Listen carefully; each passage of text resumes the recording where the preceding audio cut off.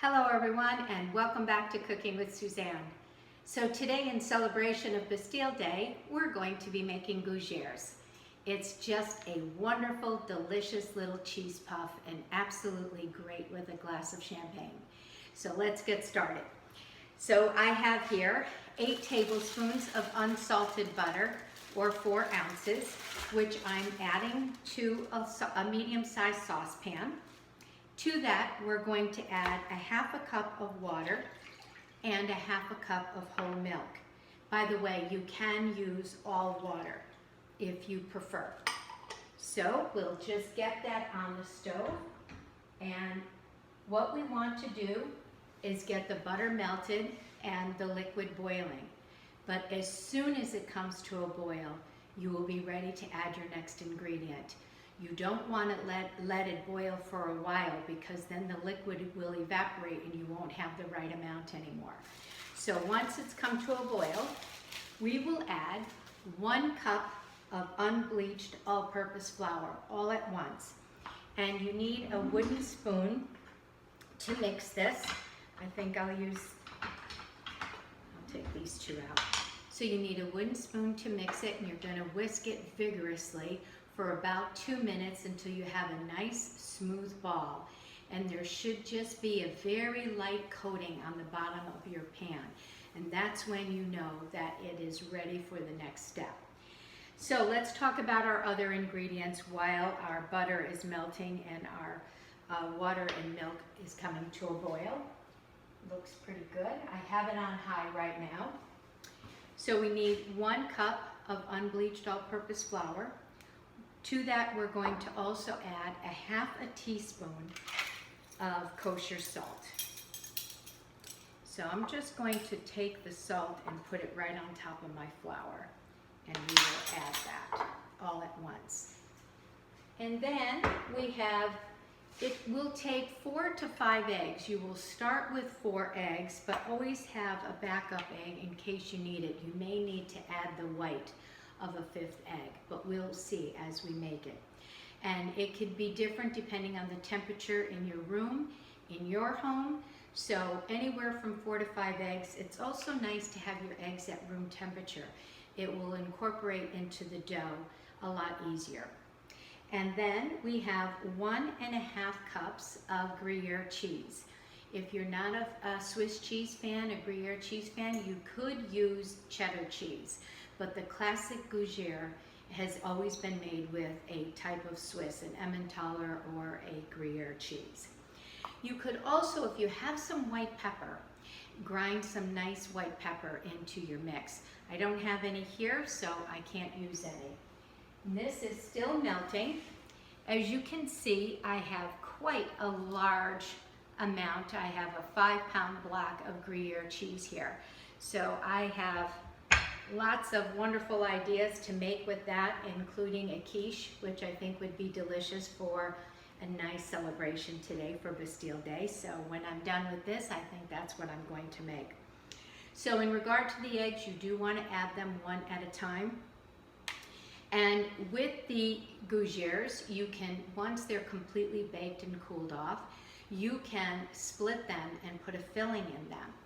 For example, you could make a bechamel sauce and you could fill the Gougere with bechamel. One of my favorite fillings was diced mushroom, diced ham, a little Gruyere cheese, some heavy cream. Make this wonderful filling and then fill the Gougeres with that. That is absolutely delicious. But the Gougeres on their own are absolutely great. What's really nice about these Gougeres also is once you make them, you pipe them out, or you can just use this tablespoon to spoon them. You can put them in your freezer, and then you can bake them off whenever you want them. So you can make them well in advance. And you don't defrost them, you bake them frozen. Okay, so our liquid is now coming to a boil. I'm just going to use my wooden spoon to give this a stir. So it's always nice to have a celebration or something to celebrate. And I think especially these days, you know, even if you're working all day today, Wouldn't it be nice to have a nice little tray of Gougeres and a glass of champagne to end your day with? I think that would be a real treat. Okay, this has come to a boil. So I'm just going to put it in front of me. Normally you just do this right on the stove, but I'm going to put this in front of me so that you can see what I'm doing. And let's move the cheese over. Okay, so my liquid has come to a boil. My butter is completely melted. So now I will take my salt and my flour, put it in all at once, and just give it a nice, vigorous stir. Once it all comes together, I'm going to get it back on the stove, and we're going to cook this for about 2 to 3 minutes. Okay. All of my flour is incorporated into my liquid and the butter. So I'm going to just show you what it looks like. This is also called choux paste, and this is the same preparation if you were to make cream puffs or eclairs. It's made with choux paste, which is what we're doing right now. So I'm going to come over on this side. Actually, let's put the burner on over here. That might be a little bit easier. And you're just going to stir this for about 2 minutes. You want it to come to a nice ball, and you do want just a little thin layer on the bottom of your pot. And that's when you know that your choux paste is ready.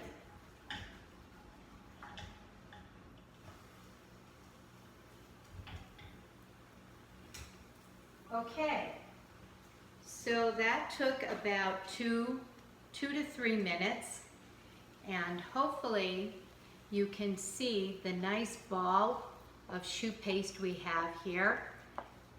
And I'm going to put this in my mixer. You could put this in a bowl, and you could do this by hand. It's not difficult to do, but we'll go ahead and put it in our mixer. And I'm just going to use the paddle attachment. And hopefully you can see this, that there is a little bit of a coating on the bottom of the pan, and that's what you're looking for. That's when you know it's ready. So it takes about 2 to 3 minutes. Now the first thing you want to do is first run this just for about 30 seconds on low, and the reason is to get the steam and the heat a little bit out of the choux paste. And you will actually see the steam hopefully coming out of here. Let's turn this around so you can see that. And now you can see the steam coming out. Okay? You want to do that for about 30 seconds before you start adding your eggs. And you want to add them one at a time until they're fully incorporated. There's really not much to making these, and if you love cream puffs and you love eclairs, you can use the choux paste to make that as well. Of course, you don't add any cheese to it. So now I'm going to go ahead. I have it on medium. I'm going to go ahead and add 1 egg. And I'll wait until that's fully mixed before I add my second egg. So I can go ahead and add my second egg.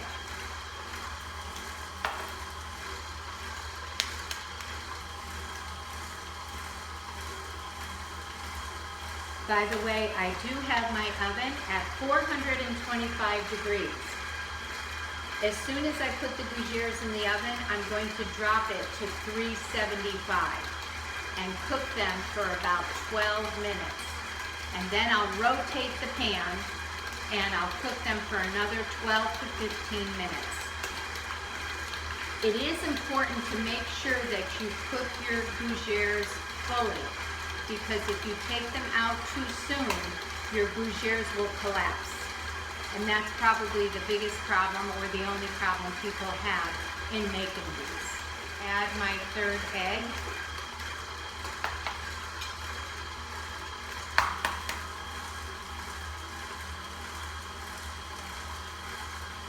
So we will take a look at the dough before we go ahead and add our fifth one. We may not need it at all. Put in our fourth egg, and then we can take a look at it.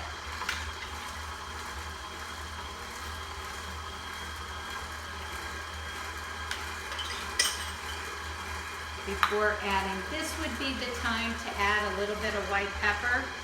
I don't have any white pepper here, so I can't add any. You could use black pepper. The idea of the white pepper is to keep it all golden color with no specks. If you did put the black pepper in, it would have the little dark specks in there. Okay. I'm going to put this on high for a minute and just whip it. Okay, let's take it off. And let's take a look at it to see if we think it needs a fifth egg. All right. So the way to tell is you just want to pick up some of your batter and you want to see if it holds but then can somewhat fall. If it stayed completely stiff and did not want to fall, then you would probably need another egg white. But this is looking pretty good. I think we are right where we want it.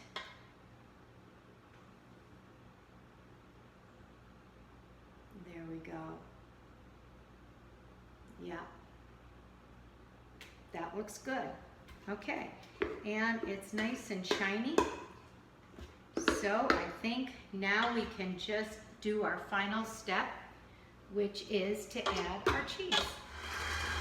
So I did not heavily pack this. This was maybe about 5 ounces of cheese. When I measured it, I just lightly put it into my measuring cups. So I have about 1.5 cups here, which is about 5 ounces of cheese.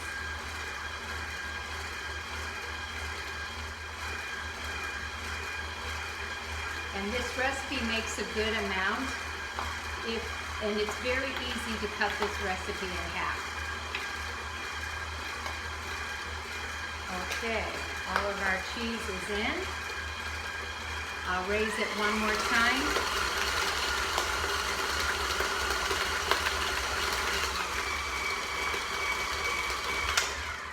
That looks really nice. All right, so growing up when I used to make cream puffs, we didn't have pastry bags and pastry tips.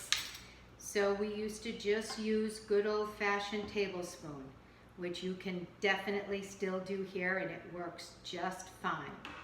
And just a tiny little trick, it's not necessary, but once you start piping, you don't want your parchment to move on you. So you can just take a little bit of the choux paste and just dab a little in each corner. And this way here, your sheet pan, the parchment paper won't move. If you're using a Silpat, that's not necessary. The Silpat won't move anyways. Okay, so I do have a pastry bag here. And as I said, if you did want to just use a tablespoon, and sometimes it's nice to have a little bit of water just to dip your spoon into if you need to. But you would just take a tablespoon worth and use the other spoon to push it off. Okay? And you can make your Gougeres that way. And we're going to make these Gougeres fairly large.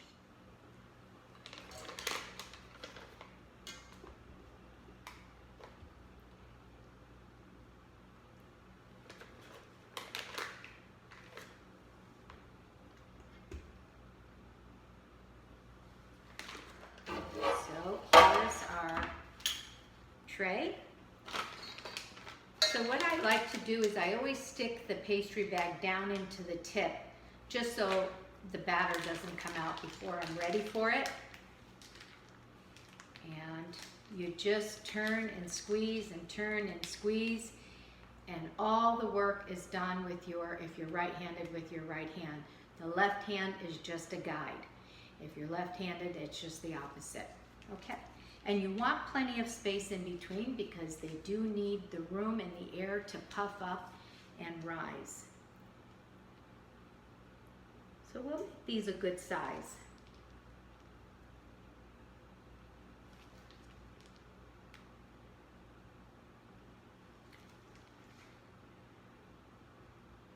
Okay, so I should really talk about how I do this in case you're interested. So I'm always twisting and turning with my right hand. You don't want to put the tip directly on your sheet pan. You want it in midair, and then you just press with your right hand, stop, and then turn. So once again, midair, press, stop, and turn. Okay? And that's all you do. And these get baked as soon as you pipe them out, or you freeze them. These are going to be nice big Gougeres, which would be wonderful for filling. But I can't emphasize enough that these are absolutely delicious on their own.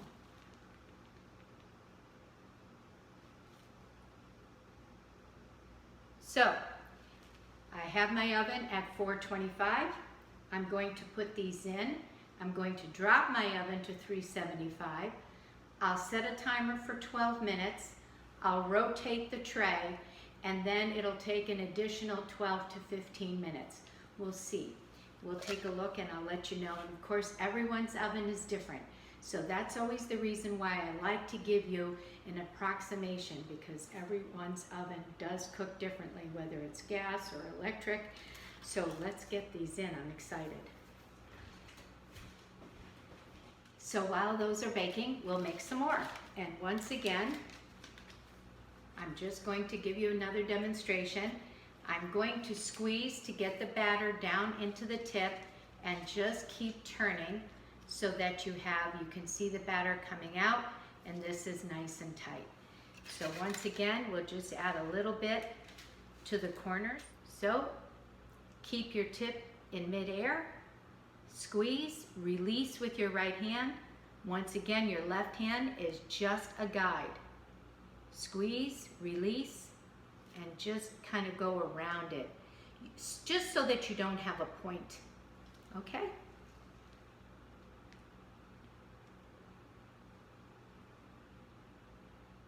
Okay, this tray is ready to go.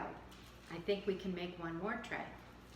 All right, so as soon as they come out, I will be back to show you how beautiful they look. Be back soon. I think our Gougeres are almost ready. After 12 minutes, I did rotate the pan and I set a timer for another 12 minutes. I think we have about 15 seconds to go, and I'm going to take a look at them.